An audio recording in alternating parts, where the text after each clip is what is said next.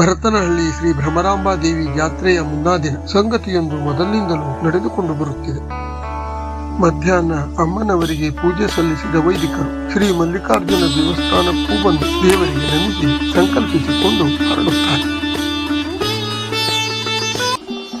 ಊರಿನಿಂದ ಸ್ವಲ್ಪ ದೂರದಲ್ಲಿರುವ ಆ ಪ್ರದೇಶಕ್ಕೆ ದೇವಸ್ಥಾನ ಕಮಿಟಿಯ ಸದಸ್ಯರು ಭಕ್ತರನ್ನೆಲ್ಲ ಒಡಗೂಡಿಕೊಂಡು ತಾಳ ತೆಂಡೆಗಳ ವಾದನಗಳೊಂದಿಗೆ ಸಾಗುತ್ತಾರೆ.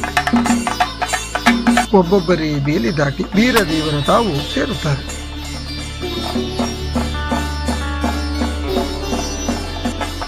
ಅಲ್ಲಿ ತಾವು ತಂದ ಪೂಜಾ ಸಾಮಗ್ರಿಗಳನ್ನೆಲ್ಲ ಇರಿಸುವ ಹೊತ್ತಿಗೆ ಮುಸ್ಲಿಂ ಹಿರಿಯರು ಹರಿವಾಣದಲ್ಲಿ ಹಣ್ಣು, ಕಾಯಿ, ಸೀರೆಯೊಂದಿಗೆ ದಕ್ಷಿಣೆಯನ್ನು ತಂದು ಇರಿಸುತ್ತಾರೆ.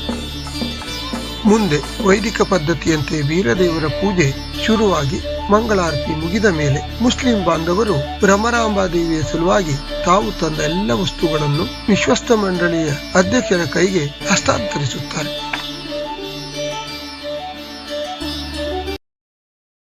ಏನೆಲ್ಲ ಇಬ್ಬರು ಎರಡು ಕಡೆಯಿಂದ ನಮ್ಮ ಪ್ರೀತಿ ಉಳಿಲು ಹೇಳ್ಕೊಂಡು ನಮ್ಮ ಗಂಗಾ ಜಮನ ಹೆಜ್ಜೆ ಹೇಳ್ತಾ ನಾವು ಕೂಡ್ಕೊಂಡು ಉಳಿಲು ಕಳ್ಕೊಂಡು ಮತ್ತೇನಿಲ್ಲ. ಪೂಜೆಯ ನಂತರ ಹಿರಿಯರಾದ ಅಬ್ದುಲ್ ಗಫಾರ್ ಅವರು ಹೇಳಿದ್ದು ಹೀಗೆ: ಬಂದವರೆಲ್ಲ ಪೂಜೆ ಮುಗಿಸಿ ಹೊರಟು ಹೋಗುತ್ತಿದ್ದರೆ ಹಿಂದೆ ಹಿರಿಯರು ಹೇಳುತ್ತಿದ್ದ ಹಿಂದೂ ಮುಸ್ಲಿಂ ಬಾಂಧವ್ಯಕ್ಕೆ ಕಾರಣವಾದ ಇಬ್ಬರು ಸೈನಿಕರ ಕತೆ ನೆನಪಾಗತೊಡಗಿತು.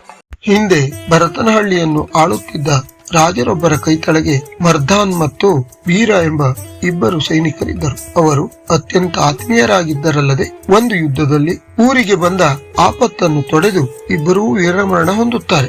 ಹಾಗೆಯೇ ಹುತಾತ್ಮರಾದ ಅವರ ನೆನಪು ಇವತ್ತಿಗೂ ಹೀಗೆ ಹಿಂದೂ ಮುಸ್ಲಿಂ ಭಾವೈಕ್ಯದ ಸಂಕೇತವಾಗಿ ಉಳಿದುಕೊಂಡು ಬಂದಿದೆ ಎಂದು ನಂಬಲಾಗುತ್ತದೆ.